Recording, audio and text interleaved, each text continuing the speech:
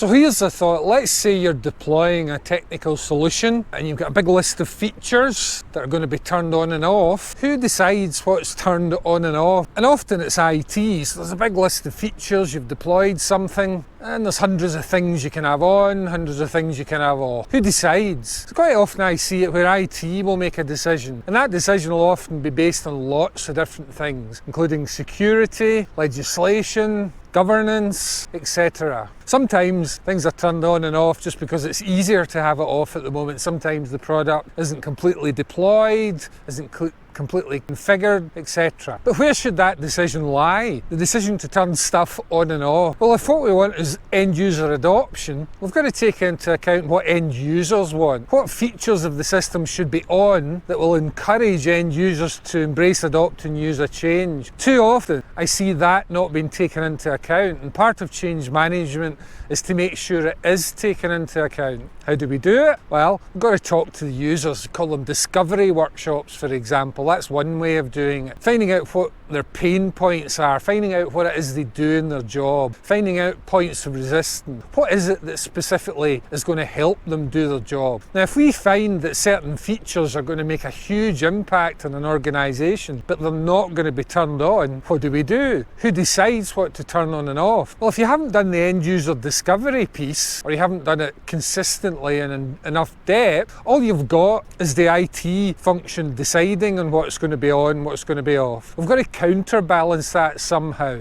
All too often I see it's not counterbalanced, and the temptation is to be as conservative as possible. But if we have a whole list of stuff that can be turned on and off for end users from a technical point of view, and we have a list of all the stuff that should be turned on and off to drive end user adoption, we can compare one with the other and see where there are concurrences and where there are discrepancies. What happens if there are certain features that are going to make such a difference that from a user point of view they absolutely should be turned on, but from an IT point of view they shouldn't be? What we're going to do? Well, if we accept that our return of investment comes from speed of adoption, ultimate utilisation and proficiency, we've got to think what will help with those three elements, and that is adoption.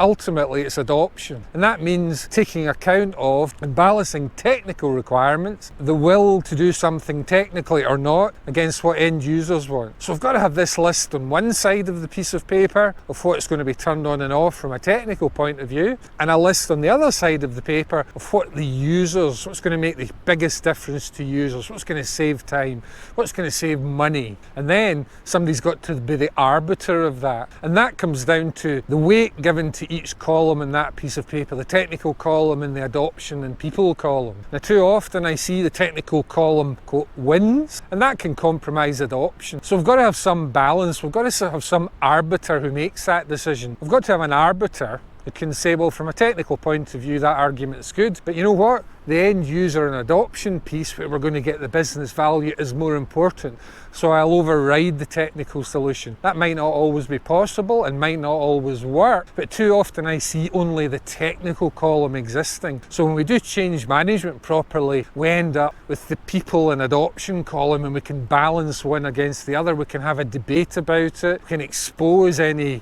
concurrences and any lack of concurrence, and we can make a decision based on that analysis. If we don't have the people side, we can't make that analysis, and we end up just with the technical column, which might not be right for user adoption, which means it might not be right for return of investment. So who decides? Who makes that arbitration? Well, probably the primary sponsor in consultation with their peers, but if you don't have both columns, you don't have enough information to make a business decision about priorities. So what am I saying? Well, I guess I'm saying you'll almost always have the technical solution with all the technical stuff in a column.